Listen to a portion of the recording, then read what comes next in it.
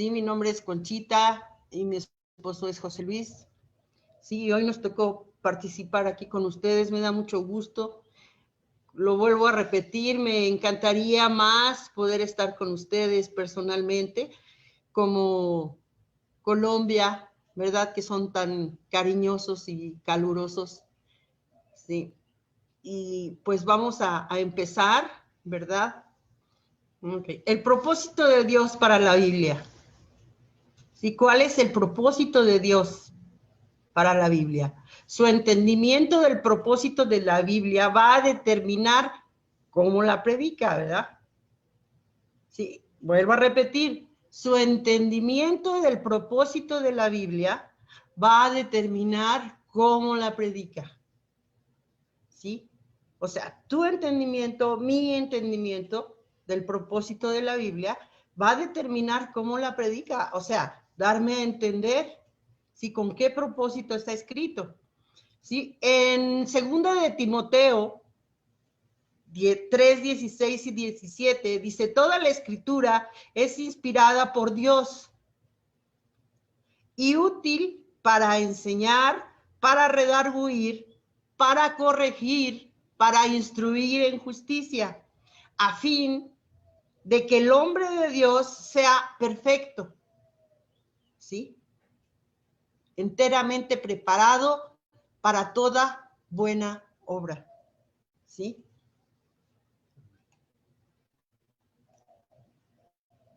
Dice, los mismos versículos, dice, más mal entendidos de la Biblia. Dice que 2 de Timoteo 3, 16 y 17 son los versículos más mal entendidos de la Biblia. Fíjense, en griego lo que dice, toda escritura es respirada de Dios. Qué bonito dice, ¿verdad? Toda escritura es respirada de Dios y útil para enseñar, para reprender, para corregir, para instruir en rectitud. ¿A quién le gusta que lo corrijan en rectitud? A nadie, pero sí lo puede hacer la Biblia, la palabra de Dios. Dice, ¿para qué? Para que completo pueda ser el hombre de Dios para toda obra buena, enteramente preparado. Ajá. Dice, para que completo pueda ser el hombre de Dios. Para toda buena obra, enteramente preparado. Tenemos que, dice, para que estar completos. Ajá. Estos versículos nos dicen que el propósito de la Biblia es enseñar, o reprender, o corregir, o instruir en justicia. No, estos no son el propósito de la Biblia. Estos son 4 métodos para lograr el propósito, para lograr el fin, ¿sí? Entonces dice, pero después el texto dice, a fin de que este es el propósito. Aquí está el propósito de la Biblia, para que el hombre de Dios sea perfecto en todo, para que esté completamente capacitado, completamente preparado, equipado para toda buena obra. Sí, yo me imaginé, cuando estaba leyendo esto, me imaginé un hombre así, de esos que suben a los montes, ajá, a las montañas, y si no van bien preparados y equipados, sí, con sus lazos, con sus zapatos, con su preparación mental de que van a subir y que tienen que poderlo, nada más no lo van a lograr, no lo van a hacer, ¿sí? Entonces, así me imaginé, ajá. Dice que este es el propósito, aquí está el propósito de la Biblia, para que el hombre de Dios sea perfecto en todo, ¿sí? ¿Quién es perfecto en todo? De ustedes, ¿quién es perfecto en todo? ¿Sí? Dice que esté completamente capacitado. Eso quiere Dios, ¿sí? Que estemos completamente, que seamos perfectos en todo y que estemos completamente capacitados, preparados, equipados para toda buena obra, ¿sí? ¿Cuál es toda buena obra? Toda la que Dios nos pone, toda buena obra, ¿sí? sí dice que estos no son el propósito de la Biblia. Como nosotros lo hemos visto, como lo aprendimos, al menos yo como lo aprendí, es así como lo leímos en el principio, ¿verdad?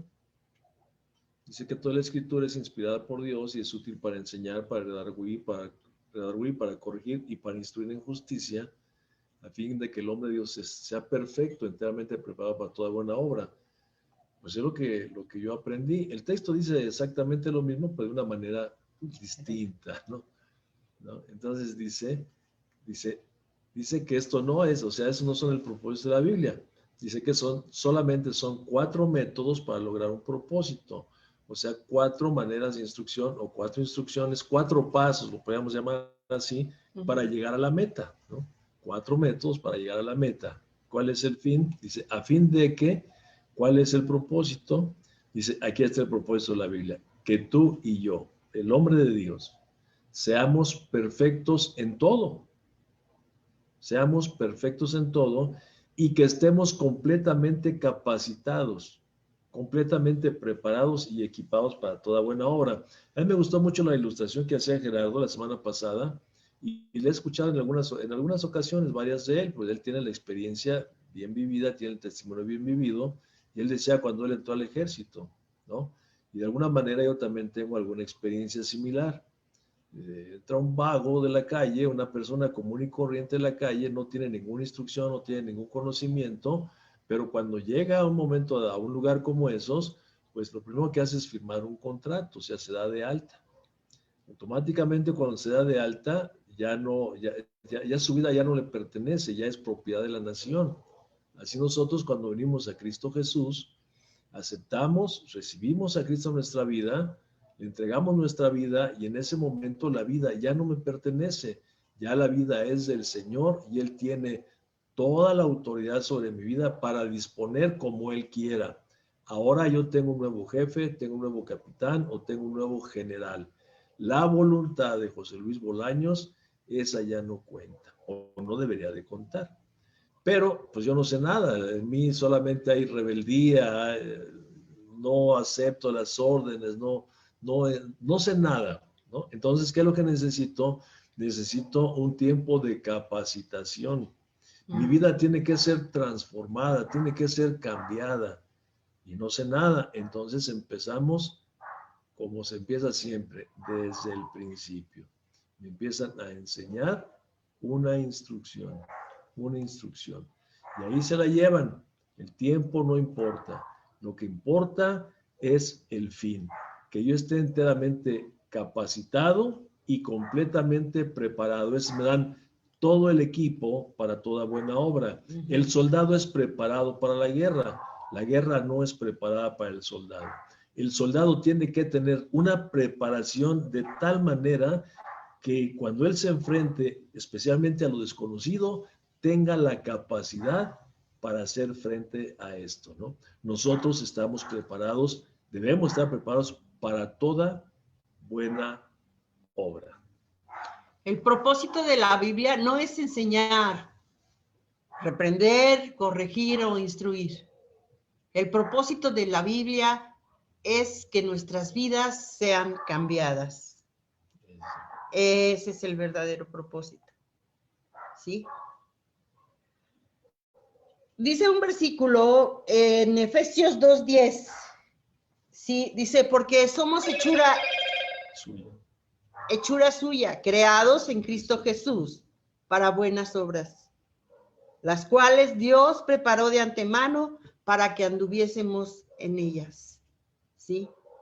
Ese es el principal propósito de la Biblia, es que nuestras vidas sean cambiadas.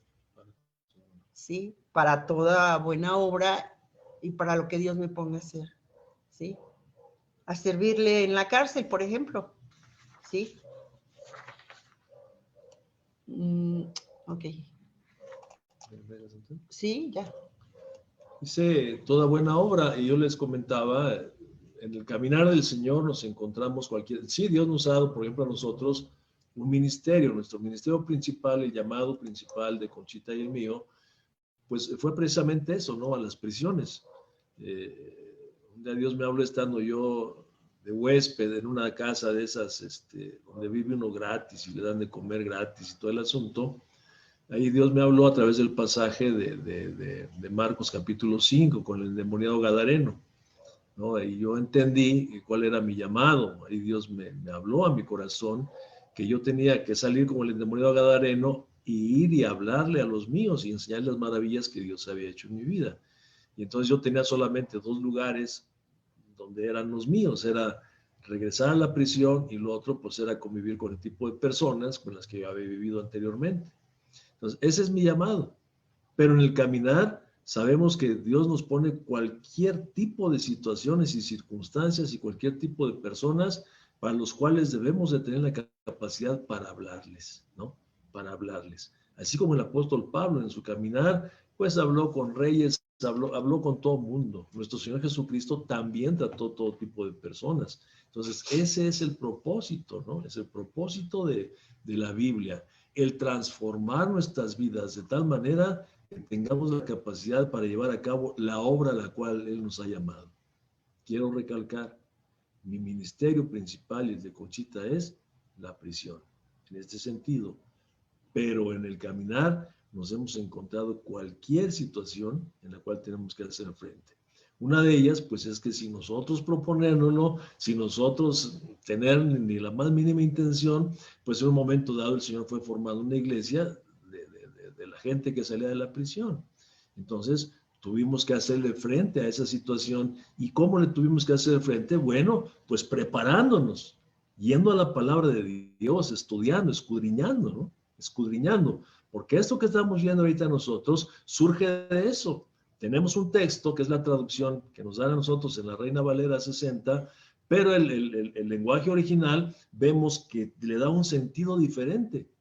Y es lo que el Señor Jesucristo nos dijo, escudriñad las Escrituras. No es solamente leer, vamos a ir hacia allá, ¿no? Porque tenemos ese llamado de capacitar, o sea, la palabra de Dios nos va a capacitar, el Espíritu Santo nos va a capacitar, nos va a habilitar, pero tenemos que escudriñar. El propósito es cambiar nuestra vida. A través de la enseñanza, reprendimiento, corrección e instrucción. ¿Sí? Segunda de Timoteo 3:17. En la versión Good News, o sea, dice, para que la persona que sirve a Dios esté totalmente calificada y equipada para hacer toda clase de buena obra. El propósito de la Biblia es el cambio de vida. ¿Sí? A veces decimos, no hay cambio, no hay palabra. Sí, en la cárcel tú dices, bueno, no, les enseñamos, vamos, les damos el curso y demás, pero se nota cuando ellos hacen tareas y siguen adelante. Eso lo podemos ver, ¿verdad? Se empiezan a preparar e interesar cada vez más con la palabra de Dios. Sí, tienen que estar equipados. Dice lo que está leyendo Conchita, lo que estamos leyendo también nosotros. Perdón si nos regresamos. Dice, ¿cómo cambia Dios nuestras vidas? Dice, a través de la enseñanza, reprendimiento, corrección o instrucción. Y en este sentido, bueno, pues fui a ver qué nos dice el diccionario secular acerca de esas 4 palabras, o estos 4 métodos. Dice que la enseñanza es la transmisión de conocimientos, ideas, experiencias, habilidades o hábitos a una persona que no los tiene. Ahí empezamos, ¿no? Llega sin saber nada y entonces la Biblia nos empieza a enseñar, a transmitirnos conocimientos, ideas, experiencias. Dice el apóstol Pablo, y ahorita lo vamos a ver más adelante, no me quiero adelantar, que no es un libro de historia, pero sí contiene la historia, para que nosotros vayamos allá. Dice el apóstol Pablo que las cosas que fueron escritas, dice, son para nosotros, para nuestra enseñanza, ¿no? Para que tomemos el ejemplo de eso que está escrito ahí en la historia. Entonces dice, ideas, experiencias, habilidades o hábitos, malos, malos hábitos, ¿no? Yo llegué con muchos malos hábitos, ¿no? Dice, ¿a quién se les da? Dice, a una persona que no los tiene, porque a quien ya los tiene, pues de pronto sería tiempo perdido. La reprensión dice que es la moderación o freno de los impulsos o sentimientos considerados inconvenientes que se impone a sí misma una persona. Entonces, moderar o frenar los impulsos, ¿no? Las pasiones, todas esas cosas que están ahí latentes en el creyente, pues en un principio con mayor fuerza, ¿verdad? Pero a través del conocimiento de la palabra de Dios, pues eso va frenando, se van frenando los impulsos, ¿no? Y eso lo hace la palabra de Dios. La corrección. Dice que la corrección es modificación que se hace en una cosa o en una persona para corregir sus faltas, errores, defectos e imperfecciones. La Biblia es un espejo, lo hemos hablado. La Biblia es un espejo en el cual nos estamos mirando o en el momento que la leemos. Nos estamos mirando día con día, nos estamos observando y el Espíritu Santo nos hace ver esto precisamente, las faltas, los errores, los defectos y las imperfecciones. Y nos guía al arrepentimiento, ¿para qué? Para corregirlos, para hacer una corrección. Instrucción. Dice que es la acción de instruir o instruirse, ¿no? Dice que es el caudal de conocimientos adquiridos. Todo esto, mis amados hermanos, lo podemos resumir en una sola palabra, que es disciplina. La disciplina. En Hebreos 12, capítulos 5 y 6, dice, hijo mío, no menosprecies la disciplina del Señor. Y la disciplina consta, qué bueno que aquí hay gente que ha sido instruida y capacitada en disciplina paramilitar, pues que de pronto puedan estar de acuerdo conmigo. La disciplina solamente la podemos definir en dos palabras, enseñanza y corrección. De aquí nos dice el Señor en Hebreos, no menosprecies la disciplina del Señor, es enseñanza. Primero el Señor tiene que darnos instrucción, que es su palabra, porque si nos reprende sin enseñarnos, Dios sería injusto. Entonces, Él primero nos enseña, nos capacita, nos habilita. Una vez que no se aplica la enseñanza o la instrucción que se ha recibido, entonces viene la corrección. Dice, ni desmayes cuando eres reprendido por Él. Fallaste, no lo hiciste, viene la corrección. Y esta tiene su propósito, ¿verdad? Que ya lo vimos, ¿no? Ya lo vimos. Dice, porque el Señor al que ama disciplina y azota a todo aquel que recibe por hijo. ¿Ok? Entonces lo podemos resumir ahí. ¿Cómo Dios transforma nuestras vidas? De esta manera. Con 4 métodos, de la enseñanza, el reprendimiento, la corrección y la instrucción, nos enseña disciplina, disciplina, disciplina.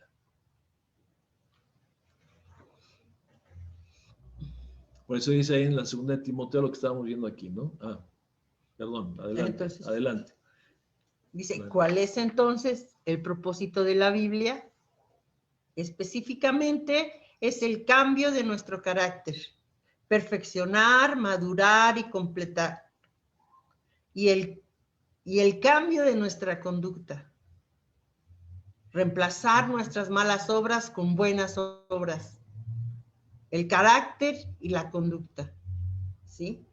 Ese es entonces dice, ese es el propósito de la Biblia, cambiar el carácter y la conducta. El carácter y la conducta y la convicción, estos son los temas del Nuevo Testamento. Se ven una y otra vez repetidamente.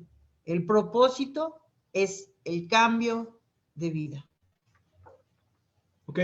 Entonces, el propósito de la Biblia específicamente es el cambio de nuestro carácter. ¿Por qué será el carácter? ¿No? ¿Por qué Dios no nos deja con el carácter que llegamos a Él? Dicen, a mí cuando yo llegué a Cristo Jesús me dijeron, el Señor te ama así como eres. Y luego resulta pues que tengo que cambiar, ¿no? Entonces, ¿por qué no me dejó con mi carácter si Él me ama así como soy? Por una simple y sencilla razón que yo alcanzo a percibir. El Señor en un principio, dice en el Génesis, dice que el Señor creó al hombre a su imagen y semejanza. a como yo entiendo la imagen y semejanza, es imagen, carácter, semejanza, autoridad. Es lo que yo entiendo. Entonces el Señor pone en Adán su mismo carácter, un carácter de santidad, ¿verdad? Obviamente. Inocencia, santidad. Y ahí está hecho a la imagen de Dios. Pero ¿qué sucede cuando Eva es engañada por Satanás? Pues cae el hombre, sabemos que cae el hombre, y en el momento que cae bajo el poder y la autoridad de Satanás, el carácter del hombre es transformado. ¿A la imagen de quién? A la imagen del demonio. Y así toda la humanidad, nosotros lo hacemos por la palabra de Dios, los que no estamos en Cristo, los que no están en Cristo, están bajo el poder de Satanás y tienen el carácter de Satanás. Entonces, cuando llegamos a Cristo Jesús, Él empieza a hacer la obra, a transformar nuestro carácter. Y este carácter se determina, o le llama la Biblia, fruto. Fruto. La semana pasada, vuelvo a citar a mi amigo Gerardo, a uno de todos mis amigos, igual que ustedes, porque está Adolfo. Gerardo. Está Adolfo. ¿Por qué? Porque a él, la clase que le tocó es el asunto. ¿Para qué fuimos nosotros rescatados? Dice el apóstol Pablo en Romanos capítulo 8, verso 29, dice que para ser semejantes a la imagen de Cristo, o sea, ser hechos a la imagen de Cristo. Y la imagen de Cristo no es para que nos dejemos crecer la barba, ni traer túnica, ni el pelo largo, no. Se refiere al carácter. Y el carácter de Jesús, el apóstol Pablo nos lo habla, resumiendo el fruto del Espíritu: amor, gozo, paz, paciencia, benignidad, bondad, fe, mansedumbre y templanza. Es el carácter de Cristo, y yo tengo que crecer a esa imagen de Él, o sea, tengo que reflejar el carácter, ¿no? El fruto del Espíritu. Dice el Señor Jesucristo ahí en Juan 15, que nosotros no lo escogimos a Él, Él nos escogió a nosotros y nos puso para llevar fruto, y un fruto permanente, fruto del Espíritu. Cambia el carácter. ¿Por qué razón tiene que haber un cambio primero del carácter? Porque si yo no cambio mi carácter, mis obras van a seguir siendo malas. No puedo hacer buenas obras en tanto que no cambie mi carácter. Sí, Dios te ha cambiado. Entonces, por eso Dios empieza a trabajar aquí, ¿no? Empieza a trabajar, transforma mi carácter, transforma lo que soy, de una persona que odiaba, y pues no voy a poder platicarles ahorita porque se me van a poner a llorar. Les platico mi vida, pero pues mi vida fue cimentada en el odio, en el resentimiento, en el deseo de venganza. Por eso me fue como en feria. Entonces, ¿qué tenía que hacer? Pues yo vengo a Cristo, transforma mi carácter. El primer beneficiado soy yo, porque en cuanto voy transformando, Dios va transformando mi carácter, yo voy viviendo en paz conmigo y con el mundo que me rodea. Y entonces, ese amor es el que me conduce a hacer buenas obras. Los frutos que llama la Biblia. Primero es el fruto y después los frutos.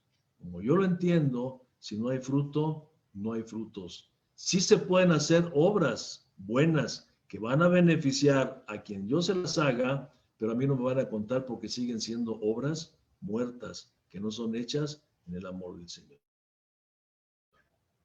Entonces, cambia el carácter. ¿Para qué? Para que vayamos a hacer buenas obras. Ya se me perdió otra vez la lectura. Acá está.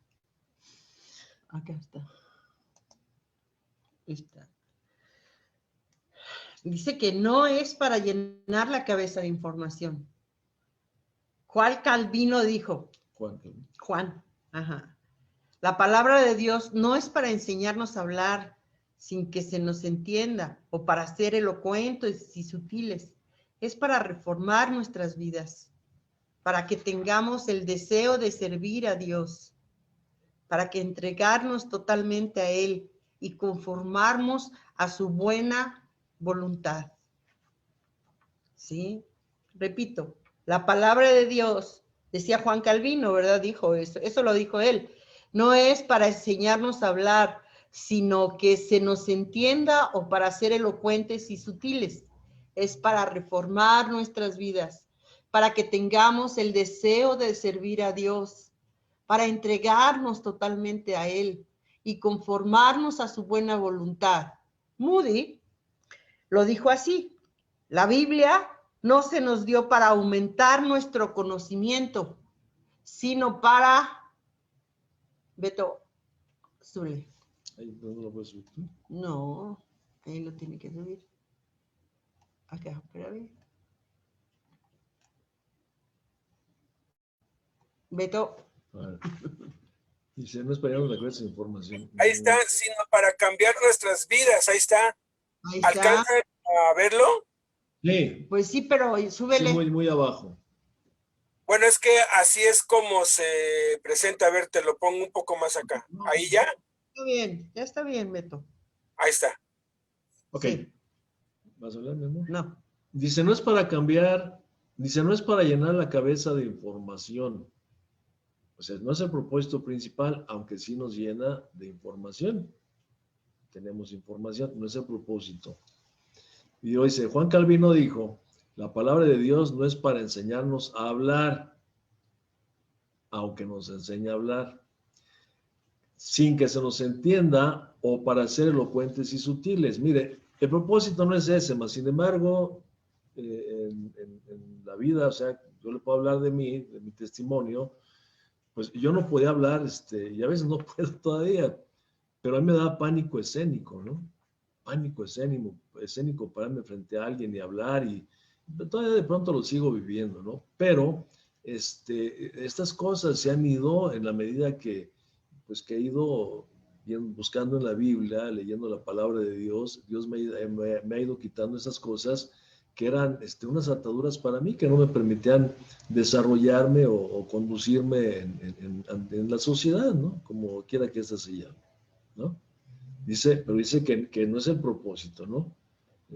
Ahora, aquí también dice, no es para enseñarnos a hablar sin que se nos entienda. Pues en ese sentido también a veces que hablo mucho se me entiende poco. Pero bueno, sigamos adelante.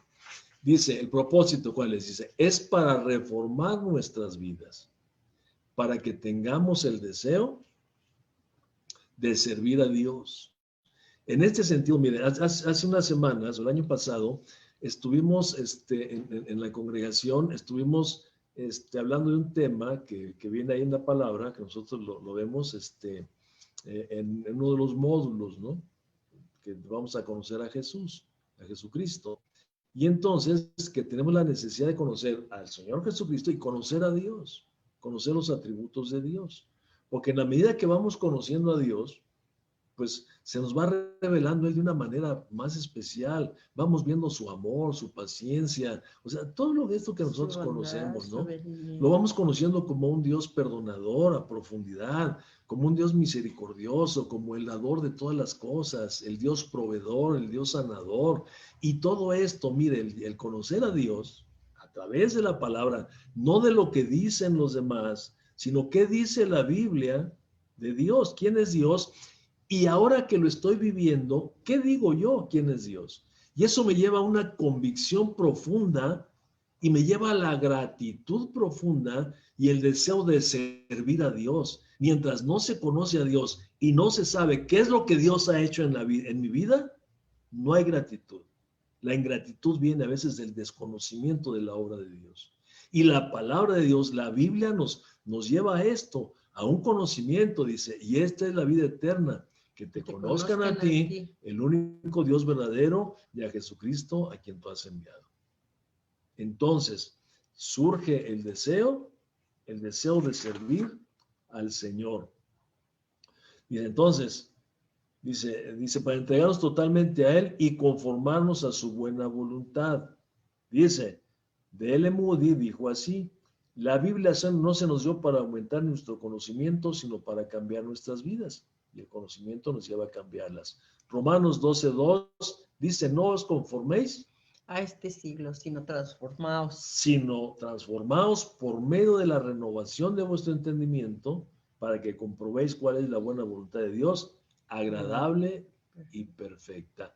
Qué bendición cuando podemos ver que pase lo que pase en nuestra vida, es voluntad de Dios y que por alguna razón muy especial que obedece a su amor y a su propósito, nos está aconteciendo.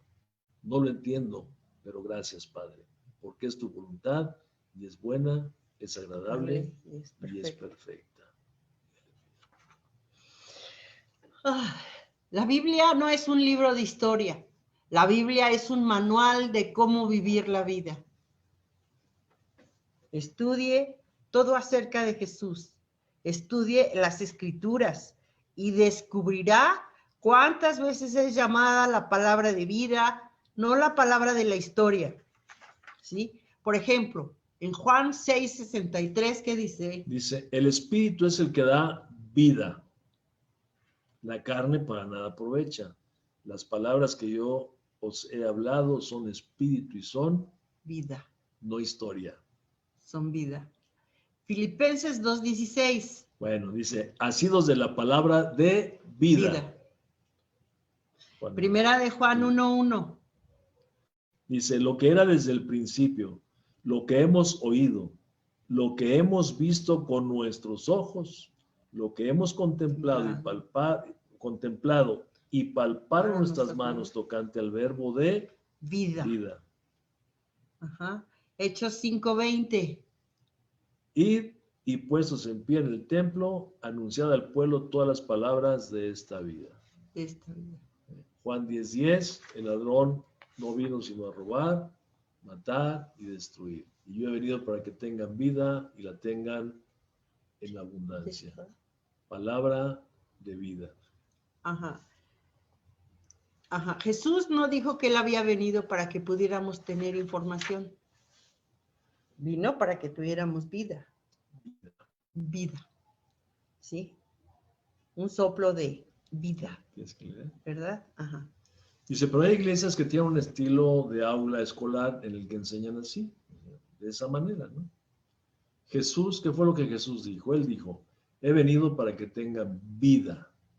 Y si es vida, ¿dónde es que debe de ser vivida? ¿Dónde pasa la mayoría de su tiempo? En su casa y en el trabajo. Esto es, la vida que el Señor nos imparte a nosotros, tenemos que vivirla, donde quiera que nosotros nos encontremos. Aquí dice que es en el hogar o en el trabajo, pero no solamente son los únicos lugares, ¿no? Hay más. Entonces nosotros tenemos que presentar y enseñar esa vida, la vida que Dios nos ha dado, en cualquier lugar a donde nosotros vayamos. La Biblia revela cómo tener una relación con Dios. Y si el mensaje no se conecta de alguna manera con cómo desarrollar una relación con Dios, hay algo que no estamos entendiendo. Miren, tenemos la bendición, yo le comentaba, de que pues Dios nos ha ido llevando en el trato, tanto mi esposa como yo, tenemos la bendición de tratar, independientemente de la gente en la prisión, pues tratar con personas que tienen problemas de adicción. Yo mismo fui un adicto, yo fui adicto a las drogas y fui adicto al alcohol y adicto a otras cosas, ¿no? Entonces, tengo esa grandísima bendición de todo lo que Dios ha transformado en mi vida, ¿no? Entonces, por esta razón, yo conozco cuáles fueron las causas que me llevaron a delinquir, cuáles fueron las causas que me llevaron a ser un ser dependiente, no solamente del ser humano, sino también de las drogas. Ese carácter deforme que había en mí, esas carencias emocionales, esa muerte espiritual en la que yo vivía. Así que de tal manera que a lo que a mí más me ha interesado y cuando, o sea, Dios me da palabra, pero casi siempre va relacionada o va con el fin y con el propósito de hablarle a la gente de eso precisamente, de esa carencia o ese carácter equivocado, eso que tenemos en nuestra vida. Entonces, hay una preocupación en mi corazón que la gente cambie, que yo cambie, pero que la gente, la enseñanza de la palabra de Dios. A mí me encanta Mateo capítulo 6, 5, 6 y 7, porque ahí nos habla de un cambio, una transformación de carácter. ¿Ok? ¿Y cambiamos, Beto, por favor? Dice, cualquier otro uso de la Biblia, cualquier otro uso de la Biblia es secundario a este propósito. O sea, no es el único, pero dice, es secundario a este propósito. Si tengo intenciones de ser un predicador bíblico, aquí el asunto, dice un predicador bíblico. Entonces yo entiendo que hay otro tipo de predicadores, ¿verdad? Que no usan la Biblia para predicar. Dice, entonces mis mensajes deben de estar siempre orientados a la vida, relacionados con cómo vivir y no orientados hacia la información. Porque bueno, en este sentido, pues sabemos que hay algunas personas que les encanta conocer acerca de la Biblia y se la aprenden de memoria. No digo que sea malo, se la aprenden de memoria y todo el asunto, pero solamente como una manera de información, ¿no? Nada más. Y se llenan la cabeza de eso, de un conocimiento completamente vano. Dice, todo mensaje que predico a creyentes y a no creyentes debe ser enfocado en ese sentido, ¿no? Cómo vivir y no orientados a la información. A cualquier tipo de personas, sin excepción. No importa a quién le está predicando. Siempre debe de ser orientado hacia cómo vivir la vida y no a la información. En la presentación del Evangelio, aquí es donde empieza esta situación para mí. Tenemos que hablarle a la gente del Evangelio real, llevarlos al arrepentimiento y enseñarles cuál es la razón por la que vino nuestro Señor Jesucristo. Fue a eso, ¿no? Nada más. Dice, ¿sabe cuál es el problema que tenemos hoy? Que sabemos más de lo que estamos practicando y haciendo. No necesitamos más información. El hambre, dice el apóstol Pablo, allá a los Corintios, cuando él les escribe, dice que los judíos buscan señales y los griegos buscan sabiduría. Y o estamos en un lado o estamos en otro, ¿no? Y tenemos que buscar el justo medio. Pero hablando de los griegos que buscaban sabiduría, hay mucha gente, ¿no? Y le decía yo hace un momentos que buscan llenarse de conocimiento y conocimiento, pero no hay práctica de lo que se conoce. Entonces, lo que nos dice aquí nuestro estudio, que no necesitamos más información, ¿no? Los propósitos de los mensajes deben ser que mire un cambio en la convicción, en el carácter y en la conducta de los oyentes, y no meramente aumentar sus conocimientos bíblicos. Dice, por eso hay más creyentes que hacedores. El Señor Jesucristo dice que para que seamos sus discípulos debemos de permanecer en su palabra. ¿Y qué es permanecer en su palabra? ¿No es acaso que la tenemos que hacer, poner en práctica? Porque si no la ponemos en práctica, no somos sus discípulos. Esto es muy obvio, ¿no? Conocimiento, con lo que conozco, lo tengo que practicar. Dice, el propósito de Dios para la Biblia. Dice, el propósito de mis mensajes. Dice, por eso es que hay muy poca diferencia en la iglesia hoy entre los creyentes y los no creyentes en términos de estilo de vida. Leía el día de ayer o antier una encuesta del INEGI, creo que es el que levanta las encuestas aquí en México, de casa en casa. Y el resultado ahí, no recuerdo porque nada más lo leía así, pero solamente decía que en la actualidad, o sea, del año pasado, no sé cada cuándo se haga se levanten esas encuestas, pero que en este año hay menos creyentes aquí en México, menos gente apegada a la religión que antes. Y da alguna de las razones, ¿no? La gente ha dejado de creer. La gente ha dejado de creer en la gente religiosa. Valga la expresión, también en nosotros. ¿Por qué? Porque no hay un cambio de vida, no hay un cambio en términos de vida. ¿Por qué dice? Dice que es porque nuestra predicación no está cambiando vidas. No hay cambio de vida, ¿no? Solamente damos información.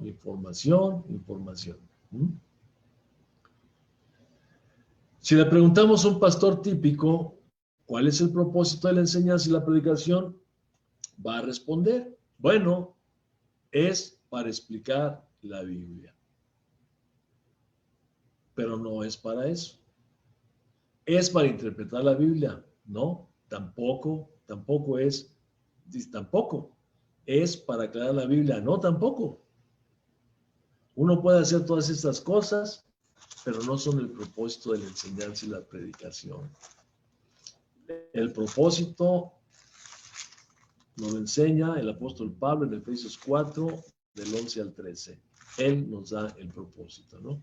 Dice que el Señor, y Él mismo constituyó a unos apóstoles, a otros profetas, a otros evangelistas, a otros pastores y maestros. ¿Para qué los levantó? Dice, bueno, dice, con el propósito o a fin de perfeccionar a los santos. Usted y yo ya somos santos. Desde el momento en que venimos a Cristo Jesús, pasamos de las tinieblas a la luz, nuestros pecados fueron perdonados, el Señor nos apartó para Él y somos santos. Bíblicamente somos santos. Pero aquí dice que es para perfeccionarnos a nosotros, que ya fuimos apartados. ¿Para qué? Para la obra del ministerio, muy amplio. Y para la edificación del cuerpo de Cristo. ¿Hasta cuándo? Hasta que todos, usted y yo, lleguemos a la unidad de la fe y del conocimiento del Hijo de Dios. A un varón perfecto, a la medida de la estatura de la plenitud de Cristo. Resumimos, carácter, a tener el carácter de Jesús. Ahí está otra vez. El mismo propósito para la Biblia, el mismo propósito para el hombre. Es el ministerio y la madurez. La madurez. En otros términos, perfección, ¿verdad? Damos mejor madurez, ¿no? El carácter y la convicción. Está plenamente convencido. Dice que hay obras de servicio y que maduremos. Que haya, obras de servicio y que maduremos. ¿Ok? Y el propósito de la enseñanza y la predicación es el mismo de la Biblia. Cambiar nuestro carácter y nuestra conducta. Fruto y frutos. En estos versículos se tiene un propósito personal y uno corporativo para la predicación. Esto es personal, la aplicación es personal, pero también la aplicación es para la Biblia. Un propósito para la iglesia y un propósito para uno, de manera individual. 1 Timoteo 1, 5 al 7. Pues el propósito de este mandamiento es el amor nacido de corazón limpio y de buena conciencia de fe no fingida, de las cuales cosas, desviándose algunos, se apartaron a vana palabrería, queriendo ser doctores de la ley, sin entender ni lo que hablan ni lo que afirman. Por eso decía en el principio de nuestro estudio, de la comprensión que nosotros tengamos de la Biblia, determina la manera en que la vamos a predicar. ¿Cómo entendemos la Biblia? ¿Para qué creemos nosotros que ha sido dada la Biblia? Eso es lo que vamos a enseñar. Si creemos que fue para acumular conocimiento, pues así lo vamos a enseñar, ¿no? Dar y dar y dar y dar conocimiento, llenándoles la cabeza de palabras a la gente y de letras, pero sin una aplicación práctica. No hay resultados. No hay resultados. Dice, ¿ha oído predicar acerca de puntos y tildes de la Biblia? Aquí dice que no tienen entendimiento. Nos desviamos del propósito. Nos desviamos del propósito. Si la palabra de Dios no está transformando nuestras vidas y las vidas de aquellos a quienes estamos predicándoles, nos hemos apartado. Colosenses 1:28. A quien anunciamos, a Jesús dice, amonestando a todo hombre y enseñando a todo hombre en toda sabiduría, a fin de presentar perfecto en Cristo Jesús a todo hombre. Ese es el propósito. Ese es el propósito. Aunque la congregación, la iglesia, la congregación se quede vacía. Si quedó uno, a ese vamos a tratar de presentarlo perfecto, ¿no? A todo hombre, dice. ¿Cómo hacen las personas de su iglesia? ¿Cómo hacen las personas de su iglesia como Cristo? ¿Cómo se predica y se guía para un cambio de vida? Hay una sola palabra, aplicación. Santiago dice que no seamos solamente oidores, sino hacedores de la palabra. Si no es así, nos engañamos a nosotros mismos. Qué bonito sermón, qué bonita enseñanza, pero damos media vuelta y hasta ahí llegó el asunto, hasta ahí llegó la emoción. Tenemos que aplicar la palabra de Dios a nuestras vidas y a las vidas de otros. El problema número 1 de la iglesia evangélica actual es la falta de aplicación en la enseñanza y en la predicación. Muchos pastores todavía usan el modelo clásico académico de oratoria bíblica y es un método que ha hecho de la interpretación y del conocimiento bíblico un fin en sí mismo. Nada más. ¿Cuál es el resultado? Y de la predicación sin aplicación. Dice, el resultado de la enseñanza y la predicación sin aplicación es que las iglesias están medias vacías y endeudadas. El clima moral de la nación está por el suelo. Los cristianos no actúan diferente que los paganos en términos de estilo de vida. Qué triste esto, de veras. A mí me duele profundamente eso, ¿no? A mí me duele profundamente. Dice, los cristianos se están divorciando al mismo porcentaje que los paganos. No hay diferencia. No, no hay diferencia. O sea, es la misma, ¿no? La misma situación. Los cristianos solteros y jóvenes cristianos se están acostando con sus novios y novias. Este es el resultado de la enseñanza y la predicación sin aplicación. Qué triste, de veras. Qué triste, qué triste. Dios ha prometido en Isaías 55:11 que mi palabra no regresará vacía. Pero la realidad parece ser que mucha predicación está regresando vacía. Cuando la palabra regresa vacía, ¿cuál es el problema? O sea, alguna pregunta, de veras, este estudio a mí me ha puesto el dedo en la llaga, ¿no?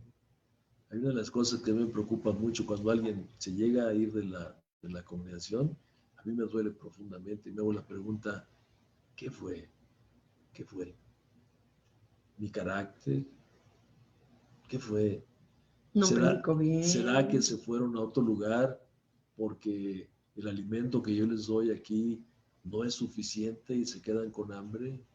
Me preocupa, porque un día yo sé que dice la Biblia que voy a dar cuentas. Me preocupa. ¿Cuál es? Dice, cuando la palabra regresa vacía, ¿cuál es el problema? Dice, el problema no es con la palabra, pues obviamente no, el Señor no falla. Dice, es con la manera en que estoy comunicando la palabra que hace que regrese vacía. A veces sin entendimiento, a veces sin amor, qué sé. Bruce Wilson dice, si la gente de su iglesia no está compartiendo su fe y no están manteniendo la oración y la lectura asidua de la Biblia, si no están viviendo vidas santas, entonces necesita cambiar su estilo de predicación. Obviamente, no está viendo el cambio de vidas a través de la palabra. ¿Cuál es el problema? No es la palabra. ¿Cuál es? Mi estilo de predicación. Mi estilo de predicación. El dedo en la llaga. ¿Cómo estamos predicando? ¿Cómo estamos enseñando?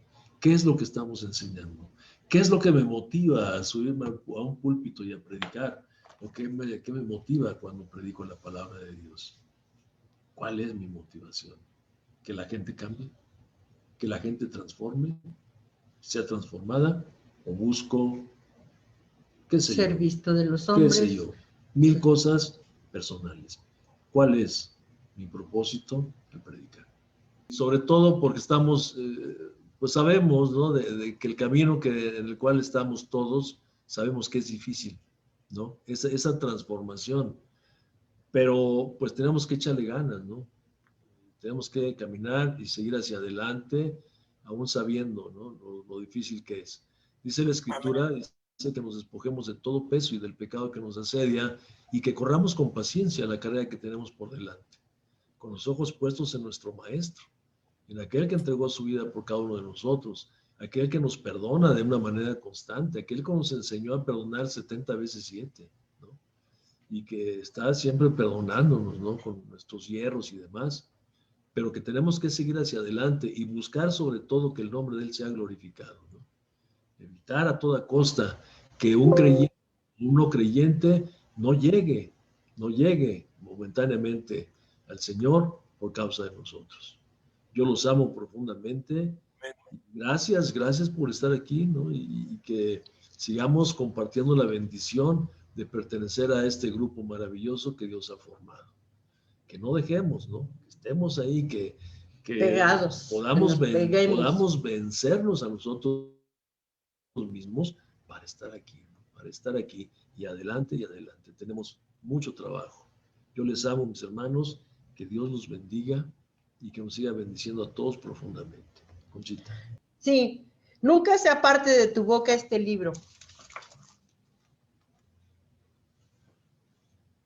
Dice,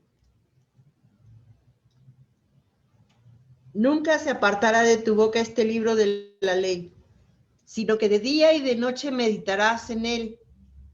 Meditaremos en él, para que guardes y hagas conforme a todo lo que está en él escrito, porque entonces hará prosperar tu camino y todo te va a salir bien. ¿Sí? Ese es mi anhelo y mi deseo para ustedes, para su congregación y donde quiera que estén. ¿Sí? Que sean prosperados en su camino y que no nos apartemos de este libro. ¿Sí? Porque si no, pereceremos. Y no quiero perecer. Sí. Oramos, Beto.